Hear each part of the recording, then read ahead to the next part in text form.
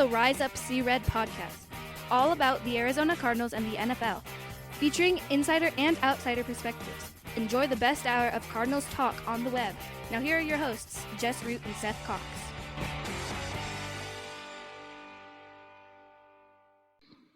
Hello, Arizona Cardinals fans, and welcome to the latest edition of the Rise Up See Red podcast. I'm your host, Jess Root from CardsWire.com, the USA Today NFL wire site covering your Arizona Cardinals.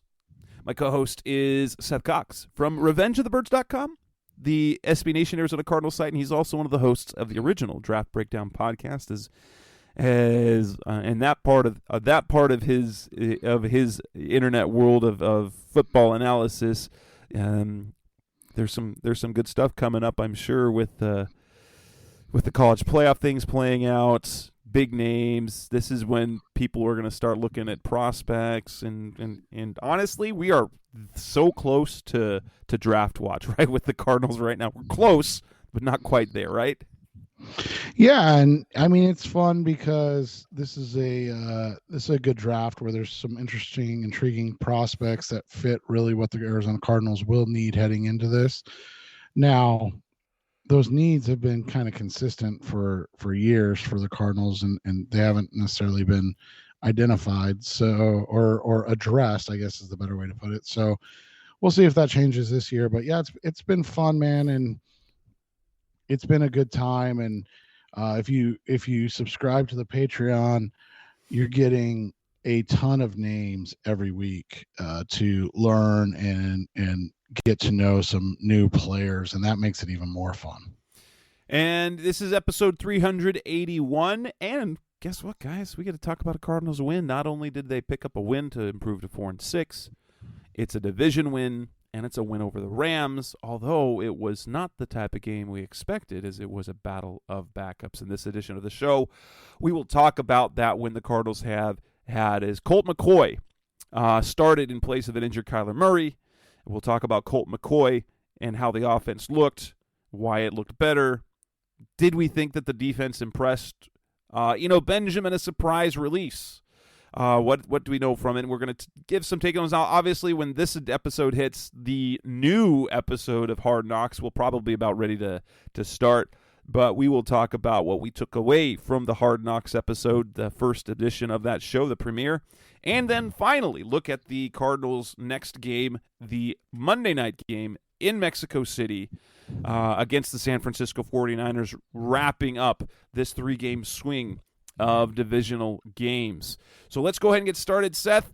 Colt McCoy, he is now 3-0 against the NFC West, and he played an efficient game. The Cardinals offense looked crisp for the most part, and which has led to some, I'm going to call it nonsense. One local columnist here for the local newspaper said there's no controversy. It's Colt McCoy's job. What? Thanks, Kent Summers, for saying no. If Kyler Murray is healthy, he starts. What are we to take away from the Colt McCoy experience? Because he is, I think he has, and we said this a year ago when he went 2-1 as a back, as filling in for Murray when he was hurt with the ankle sprain. That going 2-1, especially beating two divisional teams, he probably cemented his legacy as a freaking good backup, like the Drew Stanton status, where the coach has complete trust in him, and for good reason. Colt didn't have like an amazing game, but it was good. Like, it looked good, right? It looked better than the actual numbers, wouldn't you say? I mean, it's one of those things where if you kind of follow what it was just a game where they stayed on schedule and they didn't have penalties or missed plays or missed opportunities, and instead were able to stay ahead of the sticks. It like you said, it was a great job managing the game and the game plan for Colt McCoy, which is more than anything, what his job is. And from that's the way you kind of look at everything. And, it's really interesting because if you go and look at just the numbers, in this game, it was, he threw 24 passes less than 9 yards. And his average depth of target on those 24 passes was about 2 yards.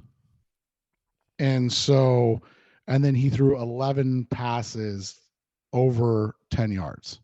And his average depth of target on those 11 passes was 13 yards. So, it's just one of those situations where you look at it, they minimized what they asked him to do, and they kept it really close, and gave him time to throw and gave him the ability to make throws, down the field. And those are the big things, man. I mean, when you're asking the backup to do things, it's about getting rid of the ball. It's about getting the ball out quick, and it's about giving your playmakers a chance to make plays. And all of those things kind of happen. There was no real big plays, so to speak, in this game, and which is the ironic thing about the start Colt stuff is that the longest play from scrimmage was a 14-yard pass. So I mean, it's always interesting, man. Oh, sorry, 26-yard pass. It had there were two big plays that came in the second half. There was the 26-yarder on fourth down to Moore, and then the 25-yarder to Hopkins.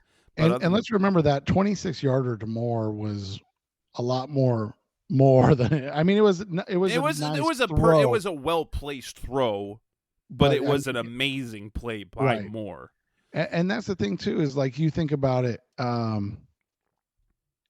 Those were the only two plays more than 15 yards or more. And when we've seen, what was it against? I think it was against the Saints when they had 10 plays of 15 or more. Right. And so, their longest rush of the day was 9 yards. I mean, they still ran the ball 26 times, and they only got 78 yards. I mean, and so that's the thing, is like, when your offense is averaging under, as a gross offense is averaging less than 6 yards per play, it's not great, but like you said, it was effective.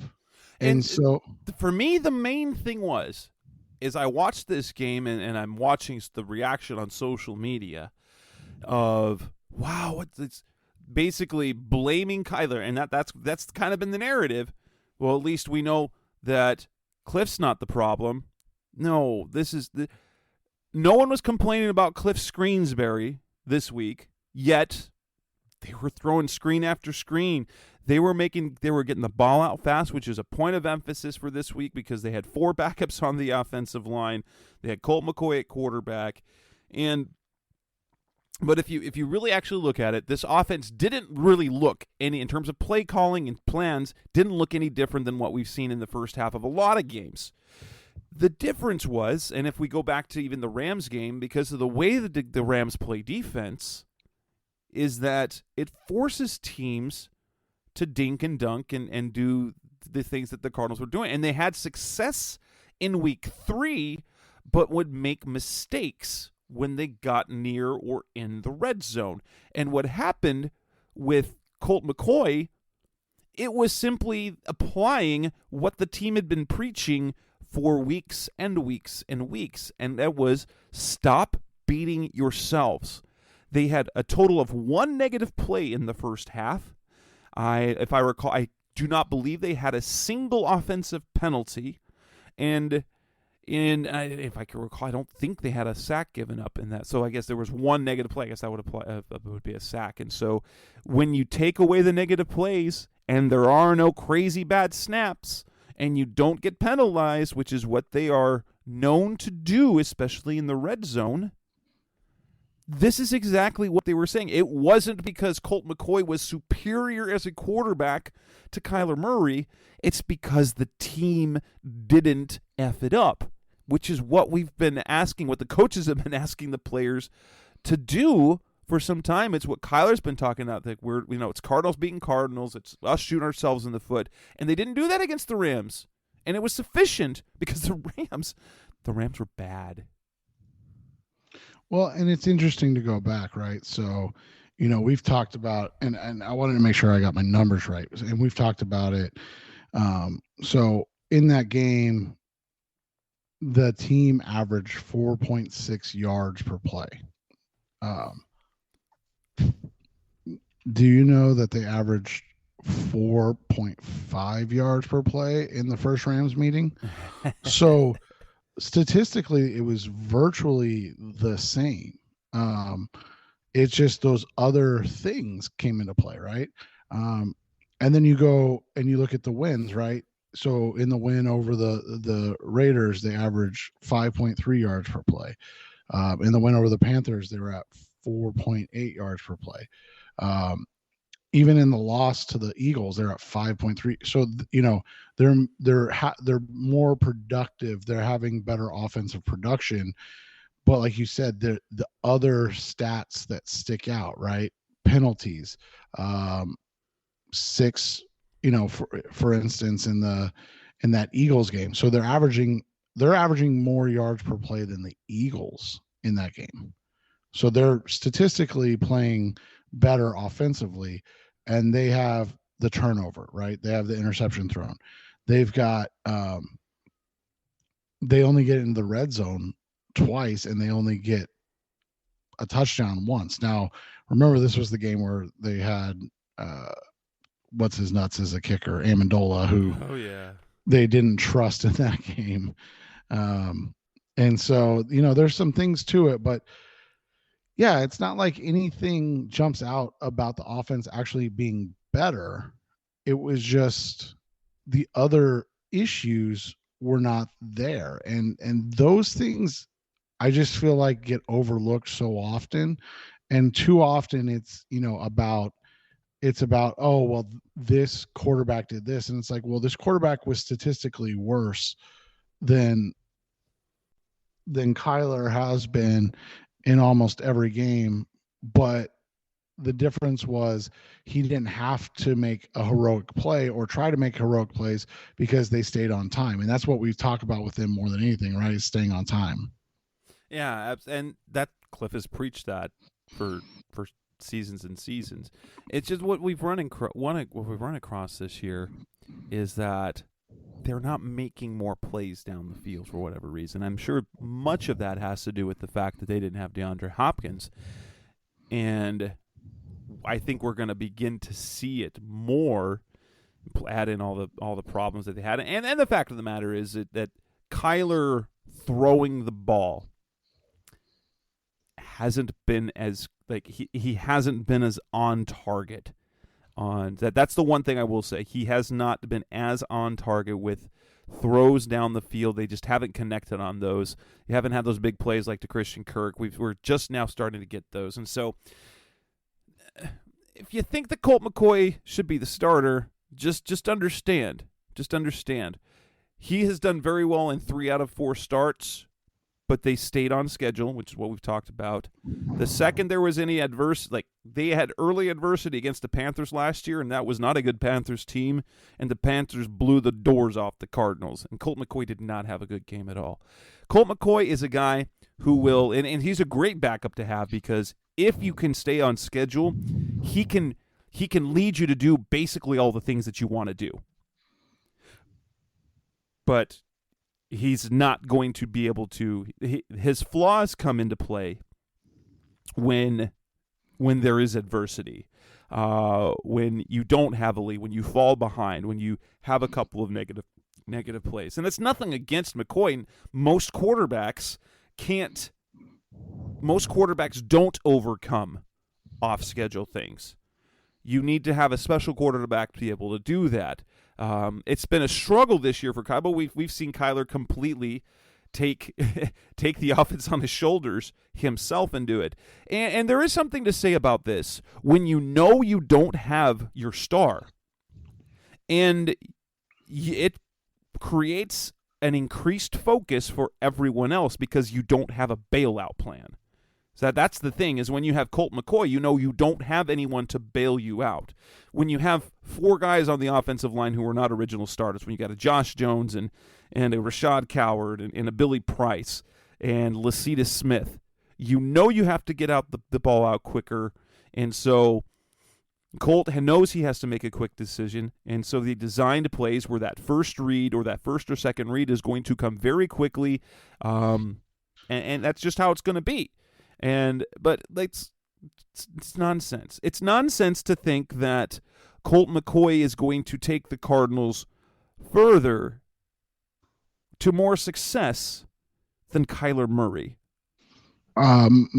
Justin Higdon, my co-host with the original Draft Breakdown podcast, we were talking about it before the game or before our podcast last night, and it's actually kind of funny.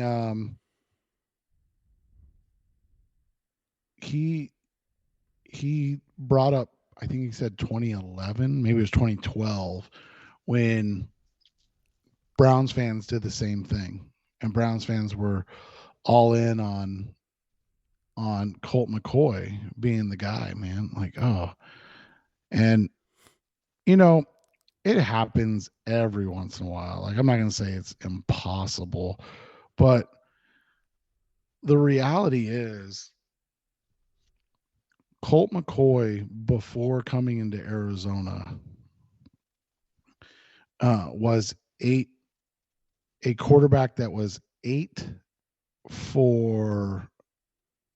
and 22 as a starter. Yeah, like he's had so much more success winning wise here than he had in his previously. And you also have to remember he started 4 games. He's thrown 4 touchdowns. Like, you want to talk about a guy that's a game manager, 1,000, and there's nothing wrong with that. That's what you want from your backup. Like, that's exactly what you want from your backup, and he's done that. But like, it's just a weird set. But I mean, it's never unexpected from fans. Like, they get disenchanted with everything, and when you're not winning, then it's blow everything up and find the new guy, and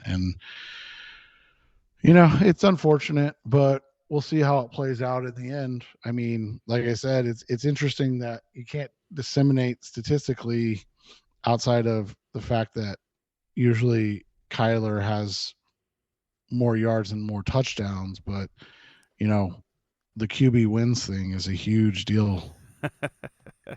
Absolutely. Coming up next on the Rise Up Zero podcast, Mr. Cardinals Talk on the web. Let's go on and let's talk about the defense, because it wasn't just offense. There was plays made in defense. So let's discuss what impressed us from the defense. That's coming up next on Rise Up Red. We're back on the Rise Up Red podcast, Mr. Cardinals Talk on the web.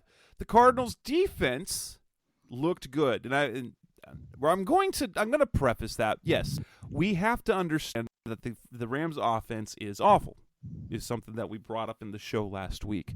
But the difference is the Cardinals defense had slowly been declining to the point where, as we got last week, they were allowing the second most points in the NFL and were just 2.5 points better than the atrocious Detroit Lions defense for this season. They had given up over 30 points in 3 straight games. Third downs were not good. Red zone was they were one of the worst in red zone defense. And things improved. Like, there were definitely some good defensive metrics that you can look at. And we have to take them with a grain of salt.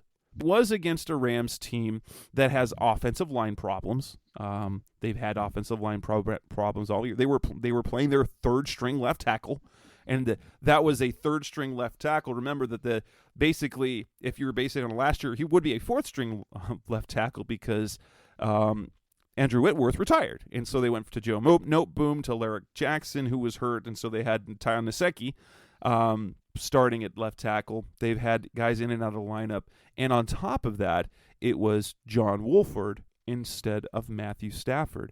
So if you look at some of the defensive metrics, you say they only allowed 256 yards. That's good. They only gave up, they were 3 for 11 on third down. They forced 2 turnovers. They sacked Wolford 3 times. The thing that continues to blow my mind is what they're able to do against Cooper Kupp that seemingly nobody else in the NFL can do. They held him to 4 for 45 in Arizona earlier this year, and I think they're one of the only teams that have consistently held him to 70 or fewer yards. And it's not meant to have had much success against the Rams in wins and losses. But now Cooper Kupp had 3 catches for -1 yard. That said, this is a bad Rams offense right now. How impressed were you by the defense? I was happy about it, but I wouldn't say I was wildly impressed by it. I guess simply is knowing who they were playing. I mean, beating the Rams used to mean something, and it still means something to the sense that this team just doesn't do it. I wrote about it last week. It's actually baffling how bad they are against the Rams. I mean, since McVay has taken over, they had won one game, and that was Cliff Kingsbury last year. Bruce Arians 0-2. Steve Wilkes 0-2. Kingsbury was 1-7. I mean, I guess 1 win is good, but 7 losses is not good. The craziest thing was this, man. 8 points per game in those 2 games for Arians. 8 points per game. So 16 total points. Steve Wilkes got 9 total points in 2 games. Both their defenses allowed 32.5 points per game. And so Cliff is averaging just under 18 a game and allowing 26. So, I mean, you look at it, even statistically, he's been the only one that's close. So while the names on the back of the jersey are not impressive, the fact that they got only their second win against Sean McVay, it matters. It just matters for your psyche at the end of the day. It does. Right? Well, and division wins always matter. And going to 0-3 in division was hard. It was bad for them. Really bad, yeah. Going 0-4 would have been crippling. And so this is what they just were unable to do at the end of 2020 when Wolford started. It's because Kyler Murray got hurt, and then instead of Colt McCoy, they had Chris Streveler, and the other option was Brett Hundley, but he was inactive. So, and if you remember the times, why wasn't Hundley active? Because it wouldn't have mattered. Hundley wouldn't have been any better against that. Let's Rams just be defense. honest. Local kids are favorites here, man. They love them. It's true. It's true. There are some things that I like. It was good to see Myjai Sanders get some playing time. He's just been getting better week in and week out. He has. It's nice to see. When he gets on the field. It's good to see, man. And you and I talked about it off the air too. The other thing that's been interesting / good to see is there's a real chance J.J. Watt gets to double-digit sacks this year. That'll earn him an extra $1 million too. That and that's really, really baffling. But I mean, you look at it, inactive. Going back to Myjai, inactive the first 4 games. 8 snaps, ironically, 8 snaps against Philly, 8 snaps against Seattle, and then he had 16 snaps against the Saints. He had only 11 against Minnesota. And then since then, he's been at 21 the last 2 games, 21 against Seattle, where he had another quarterback hit. And then in this game, he was super active, man. He had 21 snaps, but he had 5 tackles, and he had a tackle for loss, a quarterback hit, and then the sack. He also had a pass defense in this game and forced a fumble. So like that was a 2020 Dennis Gardeck like level production right there. Yeah, and Like, the reason why, and we'll see how that plays out, but he had been getting the playing time because Gardeck's been hurt, and Gardeck was brought back slowly. But I mean, it's interesting to see how the playing time shakes out over the next several weeks as Gardeck is healthy. You had to, because important to remember, they didn't have Byron Murphy for this game, and luckily, I will say luckily, because they were going against a backup quarterback, that made things tricky. Because that meant you were going with Antonio Hamilton and Marco Wilson, and the play of Antonio Hamilton reminds you see how he played, and you're like, that's what the Cardinals coaches were so thrilled about. And Hamilton got a game ball after the game. You can tell by the way the coaches react to him and the way he plays, how he plays, how much he fights. And not only that, but he plays well. And the background that he's got, he's been in the league, for like 6-7 years, and has never been much more than a special teamer. But then this year, he kind of cracks the rotation. And it's a story, and it's to see him play well is good to see, because entering this year, when we were talking about you're going to rely on Antonio Hamilton, that was a big iffy. That was something neither one of us wanted to see, because you didn't want to count on a player who's literally never been a consistent starter. Yeah, and it's crazy to look at what you saw in this game, right? So there was only 61 defensive snaps, and Hamilton got 55. Your corner one was Marco Wilson with 61. Did a really nice job, I thought. And then from there, the next guy was Trayvon Mullen, who only played 25 snaps. And, you and I speculated last week about the Buddha situation. And in reality, I mean, he played the least amount of snaps he's played in a full game when, I guess, healthy. I mean, we know he wasn't healthy, right? But like when he rarely leaves the field. Like, right. He never leaves the field unless it's a schematical, like when they go goal line and they don't have any safeties on the field. Right. And so he played only 49 snaps, but we were speculating, like, what are they going to do? What are they going to do? And it was interesting that they didn't really do anything. No. And you know what? I think the emergence of Isaiah Simmons has really changed things, because he's just such a flexible player. They use him so much in the slot, making plays, because and we've seen it a lot. Like, and he's been getting better at it. So the fact that he's able to cover like legitimate slot receivers, he can cover them. But yeah, it's made things much more. It's made things easier, I'm sure, what it is for Vance Joseph, and it's created challenges for him to find ways to use him. But what it has done is he's actually mitigated all the question marks that we had about the cornerback position, because they really only have to they kind of use 2 and a sprinkling of a third over the course of a game. Right, and so it'll be interesting to see how that plays out, obviously,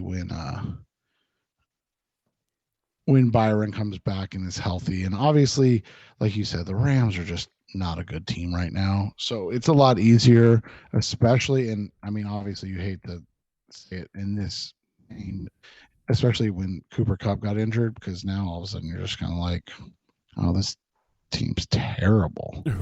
Cooper Kupp was their entire offense, and now he's going to be out at least a month. And so, with that, it's a little different. But I mean, I'll say this, man. This was probably the best defensive performance we've seen this season. And it was good to see. You mentioned it. Hamilton looked fantastic. Myjai Sanders was electric coming off the edge. And then we'd be remiss. You mentioned Isaiah Simmons and how he's blossoming. I just think we'd be remiss if we didn't talk about just the growth that we've seen from Zaven Collins. Absolutely. And the fact that he's like straight up just becoming you don't worry about him anymore. That was, and I think it was perhaps one of the disservices that the Cardinals did image-wise is they put the way that they talked about him and who was going to call plays, who's going to have the green dot. It put so much doubt in everyone's mind that Zaven might fail. And as soon as they gave him that role, he's been consistently good to where he doesn't make all the plays, but one thing we haven't noticed is him missing plays. Right. It's all of a sudden become, and you're seeing him make plays. Like he made that play dropping into coverage against the Rams this week where he had a pass breakup where maybe, if he's a little bit more athletic, he gets a pick, right? But overall, I mean, he's just been continuing to grow. And the fact that he's playing so well as a two-way linebacker, because that'll be, I mean, the one negative that you would still say about Isaiah Simmons is if you're asking him to do things in the box, it's still not a strength of his, diagnosing things with his eyes more than anything else. But you're starting to see that Collins is really blossoming as a true kind of two-way every down linebacker, which is what they needed him to be because they're not using Simmons. And I'm going to compliment Vance Joseph. They're not using Simmons as just a middle linebacker. They're using him as a guy, as a chess piece that we've talked about before and putting him in a position to be successful. And doing that has made him, flourish. But meanwhile, you have Zaven Collins, who's just turning into kind of that defensive leader that they needed him to be. And then just what can you say about Budda Baker? I still don't know in this.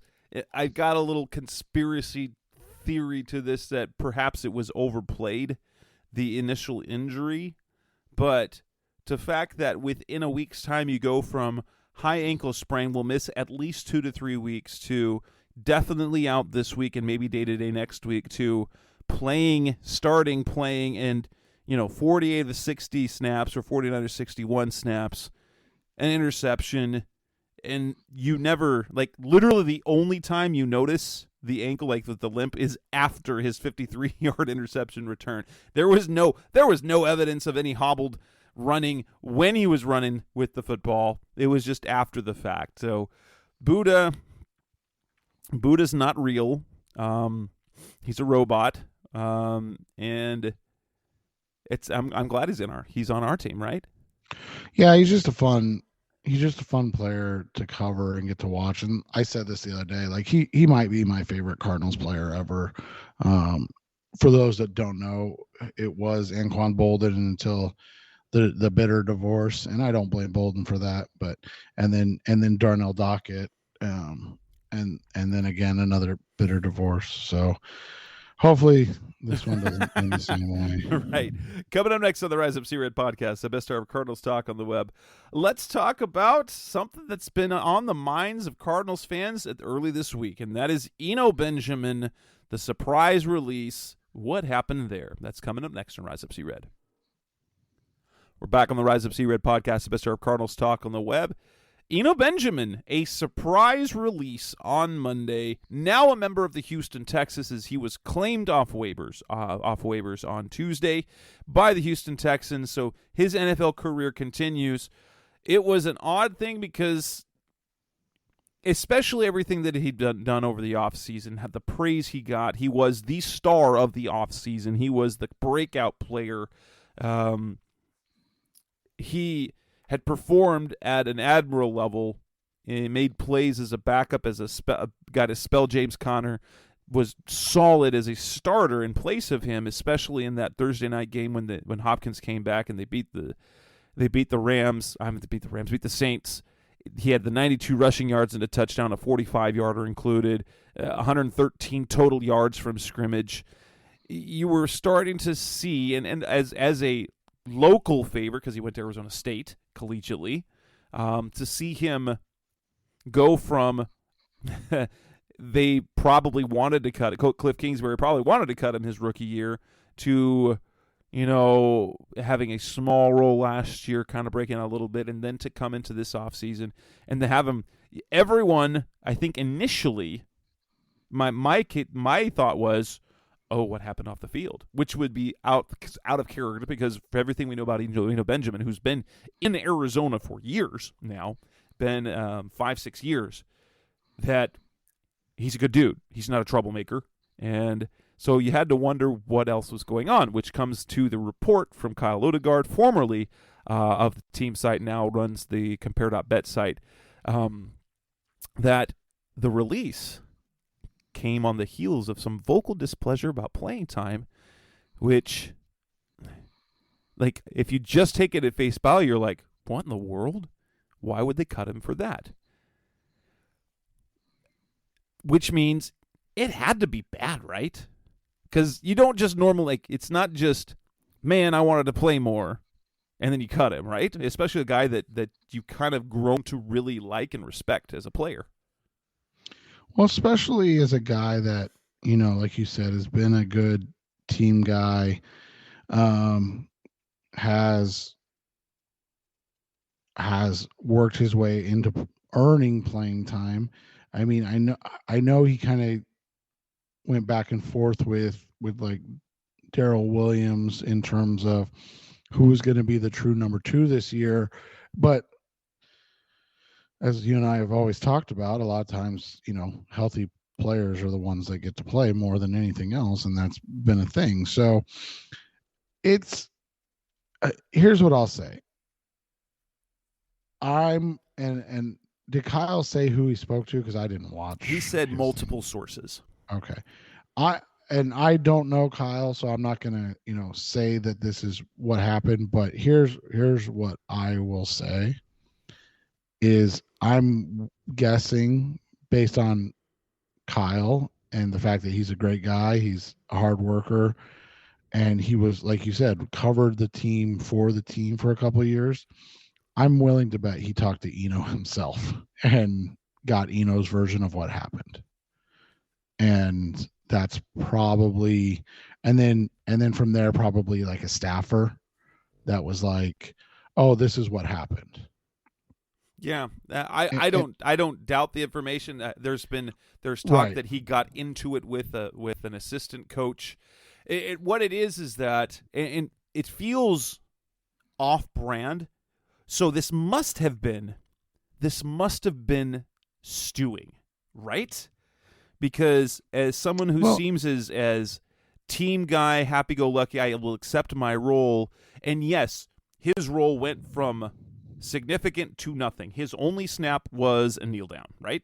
That was the only time I recall him on the field. I think he caught a pass in the game, didn't he? Or no, he returned a kick. Sorry, he returned a kick. Oh yeah, so but on defense, on offense, his only role was, I think he was on the field for the kneel down at the end of the game. Well, and even the week before, he had only 17 snaps. Yeah, but it was but it's interesting because to get cut like that, it's got to be. I mean, that's a message cut, right? To me, that's a message cut, which means it had to be something quite egregious. Unless the Cardinals are super petty, which maybe is the case. But for a guy, for example, Steve Keim, who makes those decisions, is a huge Eno Benjamin fan. So my guess is that, without knowing specific details, if this is how it went down, after the game when everybody's thrilled with the win, everyone, because the Cardinals won, he was griping and moaning, visibly being a distraction to teammates, to coaches, about not playing, even though the Cardinals won. And if there's one thing you can't do, it's whether it's an unspoken or a spoken, it's a very clear rule. If you are winning, you do not talk about your playing time. That's something you do not do, because it is a team game. And if you win, then it doesn't matter, right? Because the we is more important than me is always the message in the locker room. Was when things went south with Anquan, it was the year after the Super Bowl, right? It was the second playoff year. It was that last year, yeah. And that was about supposedly promises made, right, that never happened, and then he kind of soured on Ken Wisenhunt in part because Wisenhunt was part of contract talks, which bleeds over into the football field. I think, to your point, I think after that win over the Packers, if I remember right, that overtime win over the Packers in the first playoff game, I think he kind of threw a fit in the locker room that day. And I could be wrong, but I'm just kind of speaking to a similar thing. Like, there's a time and a place, right? If this is what happened, again, we're just speculating based on the information that we have right now. But there's a time and a place for things, right? Like, the time is definitely not after your team wins their first division game of the season and only beats the Los Angeles Rams for the second time in the Sean McVay era. Yeah.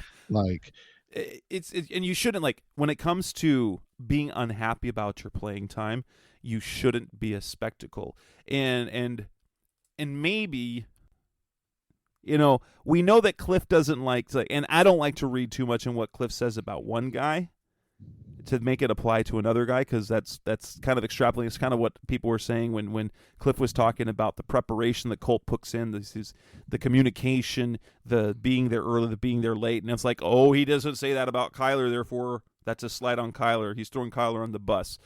No, I don't want to believe that. But when you have, for example, comments that Cliff said about AJ Green, and a guy who's been as good as he's been, Cliff, who respects the heck out of AJ Green, believes in him as a player, but took him out of his playing rotation.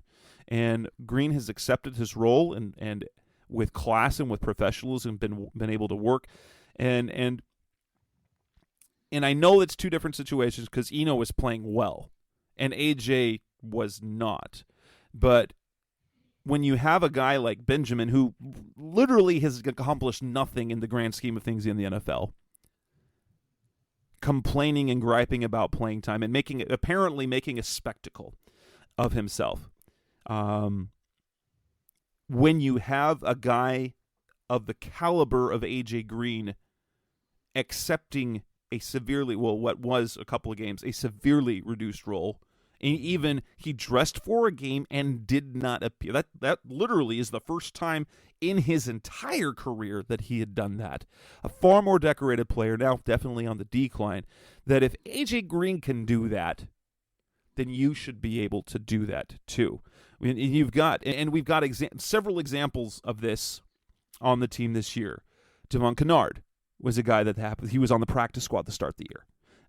Not that his time here at the Cardinals is definitely disappointing in terms of statistics, but a guy who's been established as a solid veteran in the team. Devon Kennard accepted a lower role. He was on the practice squad. Max Williams accepted being cut and then re-signed to the practice squad. Guys that have accomplished way, way more than Eno. And Eno, I will say, one of my favorite players. Loved him at Arizona State because I'm a big Arizona State fan. I'm a ASU guy myself. I've got season tickets since 2007, so I saw literally every game that Eno Benjamin played in college, and I was thrilled when he was drafted.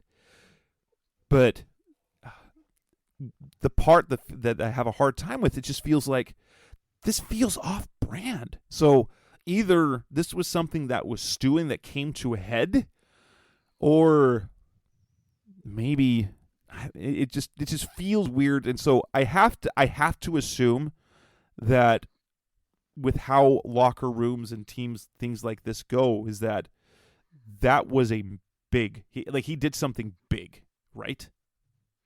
Yeah, that's what it feels like. I mean, that's the only thing you can really assume from this whole thing. There's not much else that makes sense at this point, unless it was like a personal thing that he went after somebody. I mean, that would be off-brand. That would seem off-brand as well. But with that, maybe I'm hoping this is on the new episode coming up Wednesday night, that we will get a glimpse into that, because that seems to be, at least on the preseason Hard Knocks, the training camp Hard Knocks, that tends to be one of the things that they kind of focus on. It's one of the harder things for coaches to deal with, but I wonder if that will be addressed and if it will come up as sort of a team bonding. And the thing is that the Cardinals, the coaching staff has preached for weeks, even things are hard, is the one thing we're going to do is we're going to do this together. We got to do this together. We got to be as a team. We got to stay together. And apparently, broke from that, and which is disappointing for all the local fans here, because we know what having an Arizona State player performing well on the roster means to the fan base. And now he's going to have his opportunities. He got claimed by the Texans. The Texans are a terrible team, but it would feel like that he, over the next few games, he might have the shot to kind of showcase himself for next year, right? I mean, they've got Dameon Pierce, man, and he's only running for like 780 yards on the season, so you never know. But yeah, I mean, you could see that.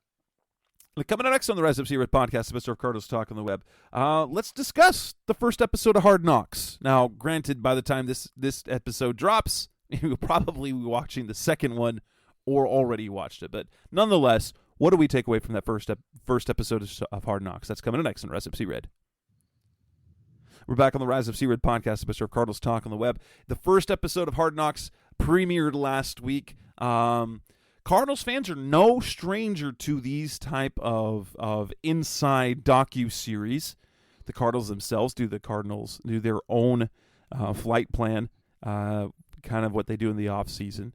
They were part of the original All or Nothing on Amazon Prime for documenting that 2016 season.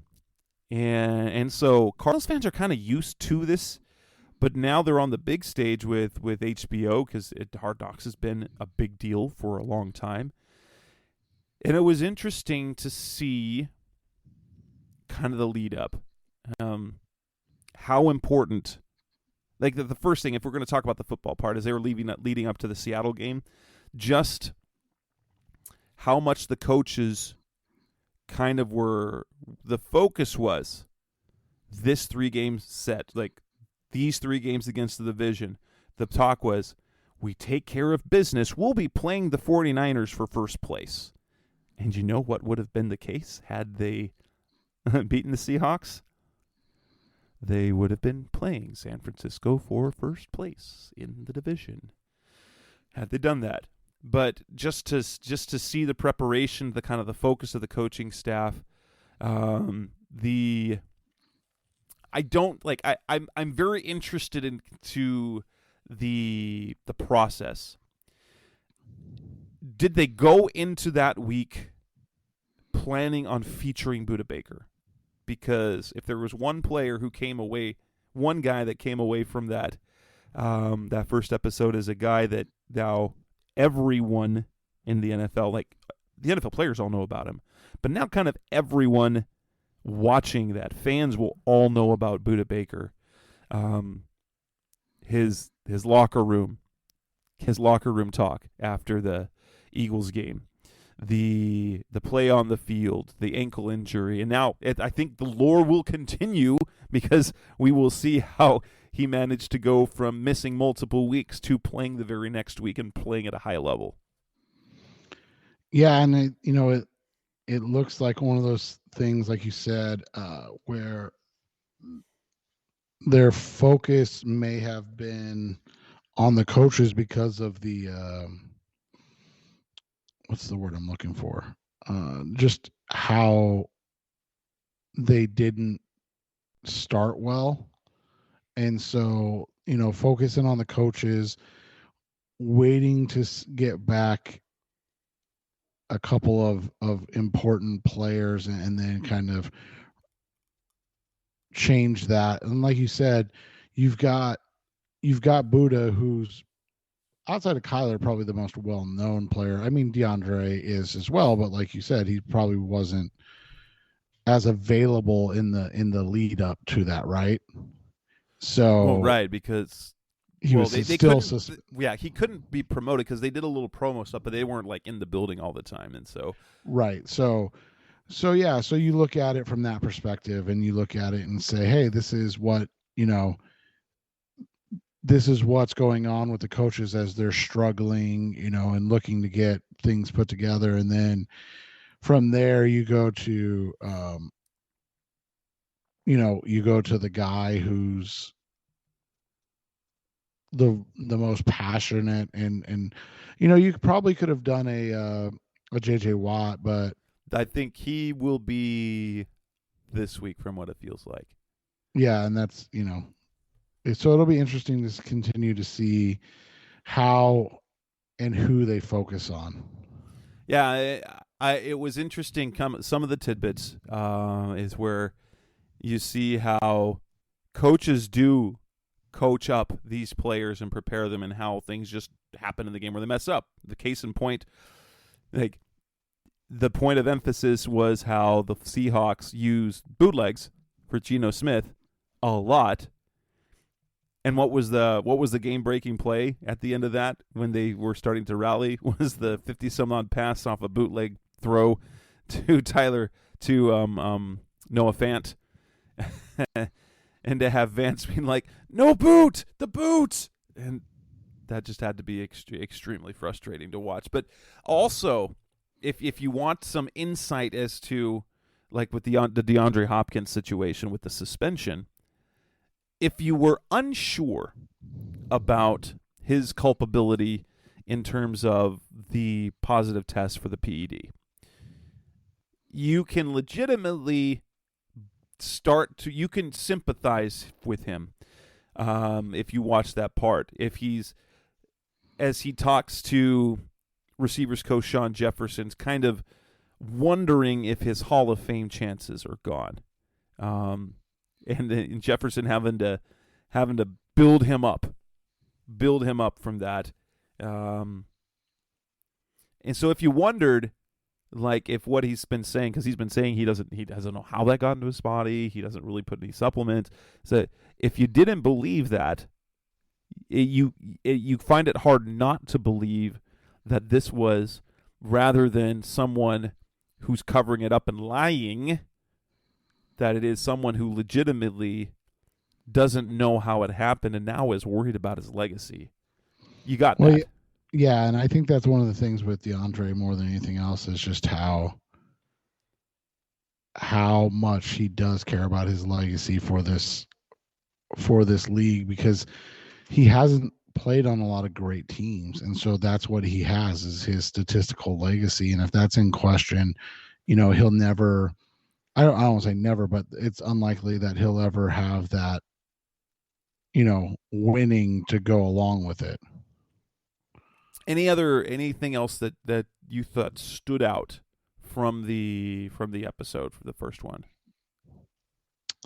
No, I mean, I think it'll be interesting to watch it and trail it to see how it goes week to week, and what, especially with all this drama, what they allow them to show more than anything. Yeah, and I wonder how much of it is curated. Like, how much of it is Mark Dalton sort of helping curate it, and how much is HBO taking it in the direction they want to take it? Well, and that's the thing, to be completely honest, and I knew it was coming, but I kind of forgot about it, so I didn't take into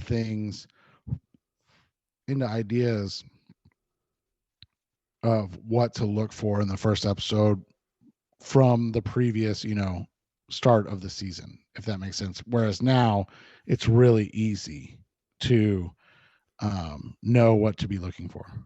Yeah. Coming up next on the Rise Up Seaward podcast, the best of Cardinals talk on the web. Let's wrap up this edition of the show and look ahead to their matchup. Another critical game.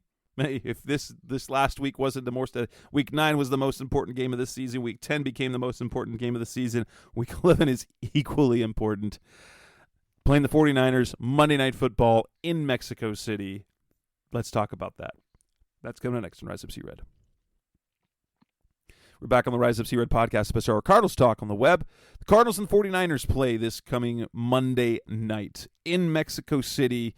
It's going to be something special. Now, we hope it's a good football game. The 49ers are an interesting team this year. They have a defense that can be great. They have an offense that has been up and down this year. But they are undeniably dangerous, especially with Kyle Shanahan's offensive scheme, with the return of Elijah Mitchell, combining him with Christian McCaffrey. That is a backfield to reckon with, right? Yeah, they've done a really nice job of running the ball and keeping Jimmy Garoppolo in the Colt McCoy way of keeping him as a game manager who doesn't have to make game-changing, breaking plays, and that's been a huge thing for them.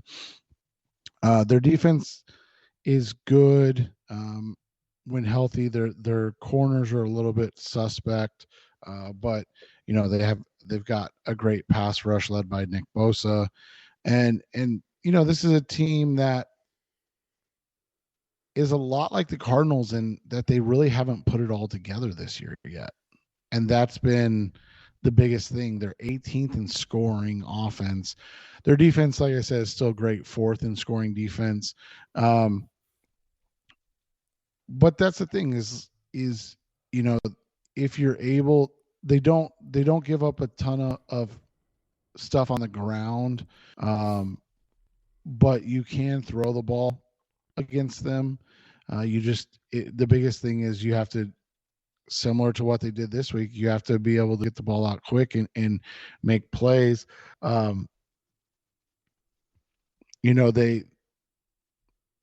They lost to Atlanta, and Atlanta in that game, did a really nice job running the ball, which was, I think a little surprising, but I think they were down Nick that game. I could be wrong.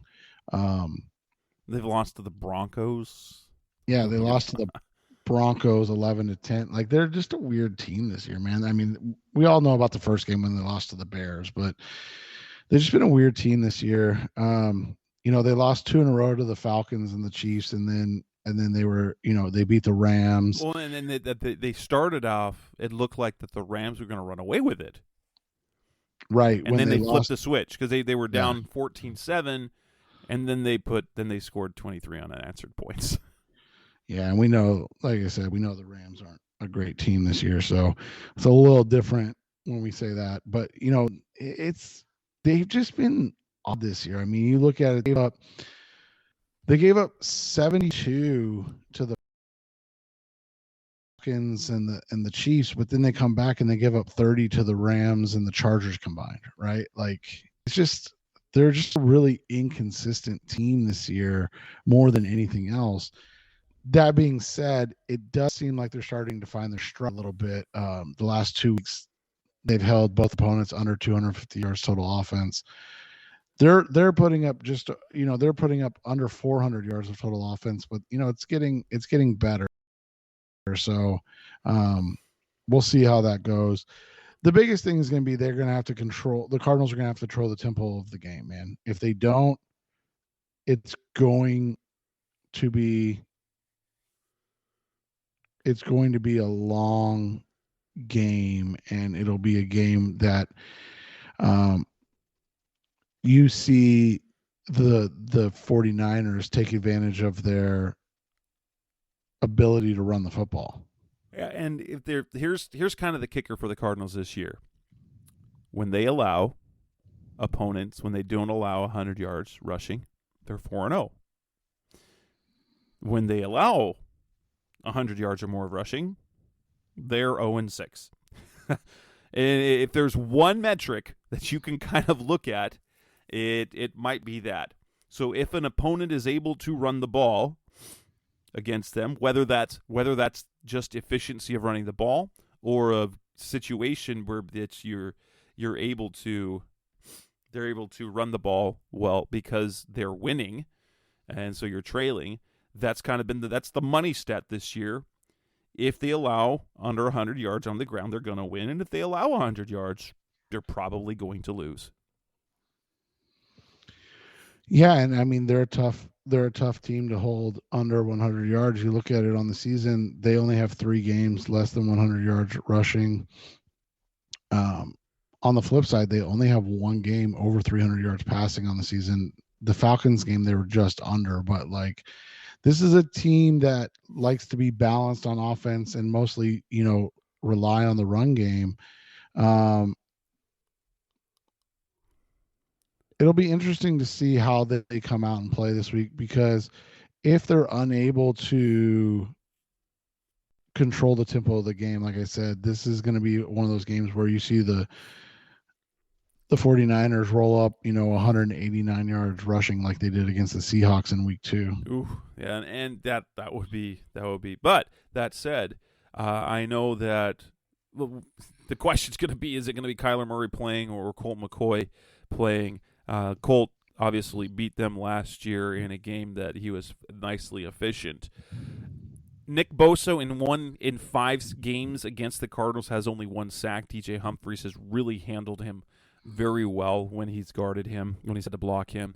I think that the one thing that the Cardinals do have is that DeAndre Hopkins is a hard person to defend, and I think that that San Francisco, even though they've gotten pretty good corner play, I think that's the one thing that's going to be difficult for them is managing that. Now, while the 49ers have Deebo Samuel and Brandon Ayuk who are doing well this season, we've seen that the Cardinals overall have been able to shut down receivers, which then leaves the tight end, which George Kittle. The Cardinals have been susceptible to tight end production this year, and that's simply because since the Cardinals haven't shut everybody down, if they shut down one position, it's going to come. It's going to come to some other position, and that would be the tight end. And with, when you got is Kittle is healthy, right this time of year. And so, a healthy George Kittle is tough. Is tough to deal with. But, I mean, hopefully, ideally what we see, since that's why you drafted a guy like Isaiah Simmons, right? That was the whole purpose of that, to defend guys like George Kittle, and we'll see how that goes on Sunday, right? Yeah, and that's like you said, that's the reason you drafted him, but I mean, and this isn't a shot at Isaiah Simmons. Kittle's one of the best tight ends of the last decade and is probably on his way to the Hall of Fame, and there's a reason why. Good. He's so good. And quite frankly, I mean, I know we like to pick these games without the knowledge of where Kyler is. It's going to be tough. I think this is going to be a tough game either way, but I think Kyler gives them a better chance to win this week, just because he's able to make plays, and they're going to need somebody that makes plays this week.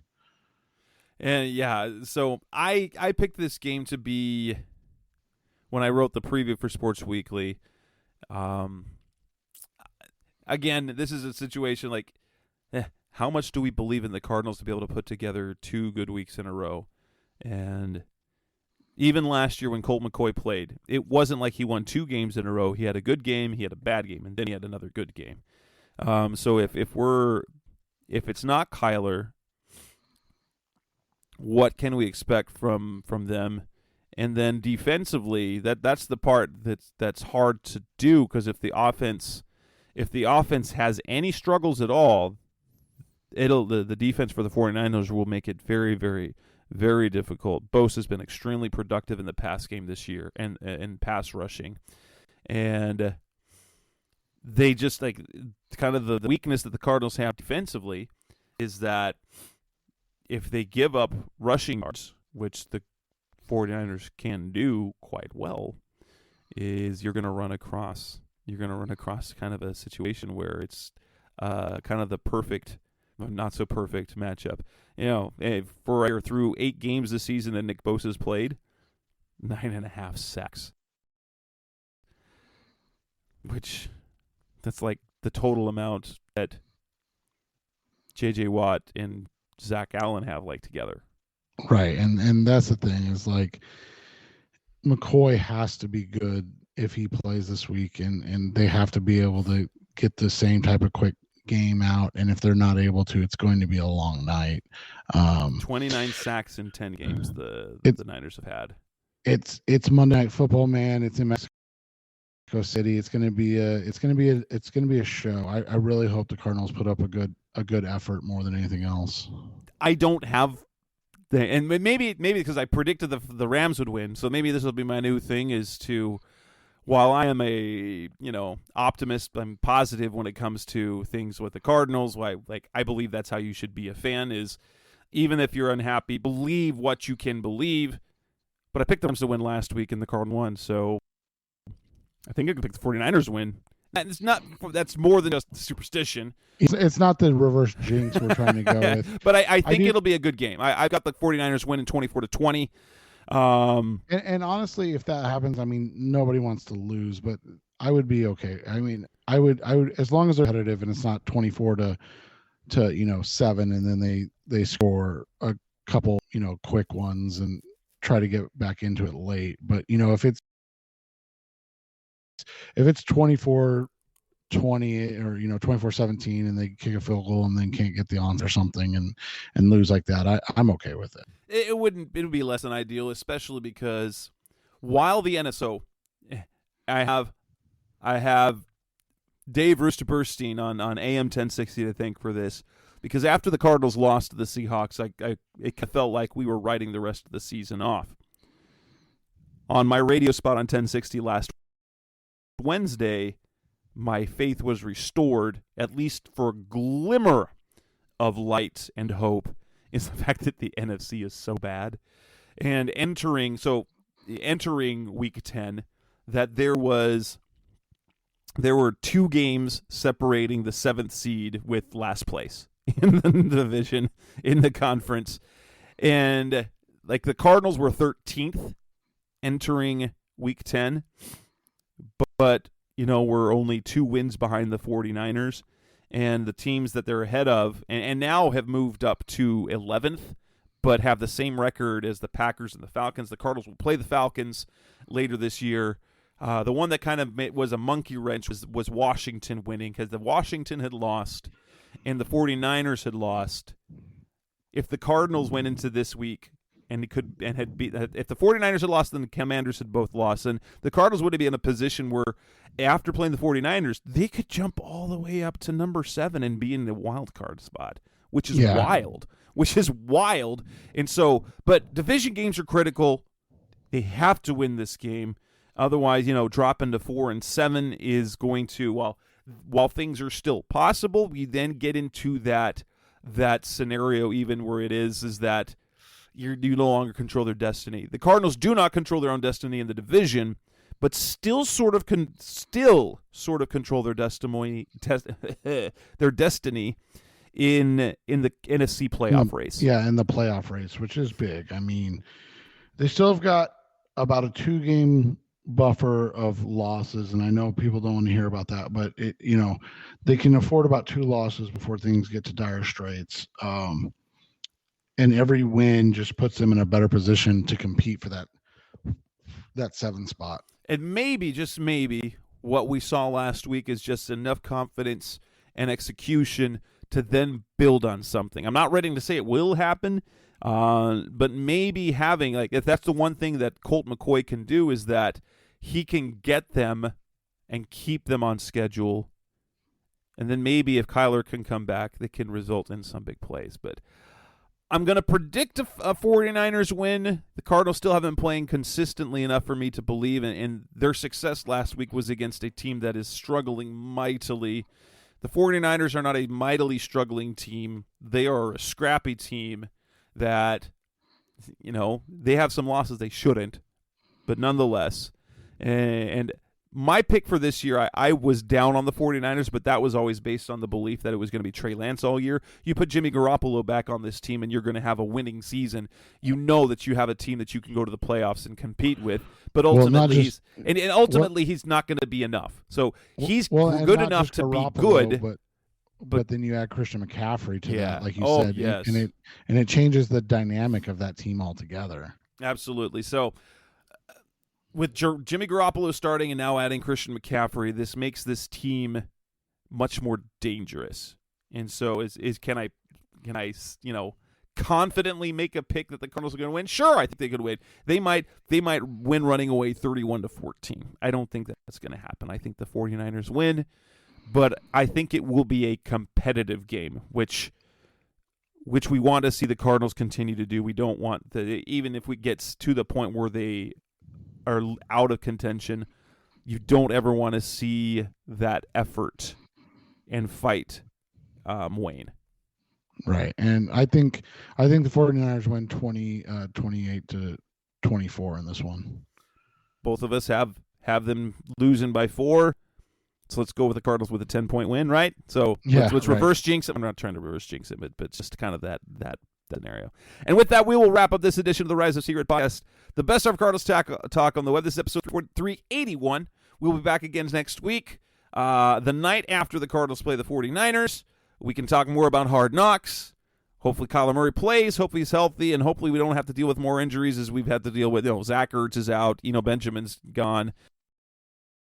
Injuries, yuck. But that's Seth Cox. I'm Jess Root. Thanks for listening. We'll be back again next week. Thanks for listening to the latest edition of the Rise Up, See Red podcast. Listen to previous episodes and subscribe to the show on Apple Podcasts, Stitcher Radio, Audioboom, or many other podcast platforms so shows are delivered directly to your mobile device. Please give the show a 5-star rating and always support the sponsors who support the show. We'll be back soon for the best hour of Cardinals talk on the web. Rise up, Red Sea, be red, see red, and of course, Rise up, see red.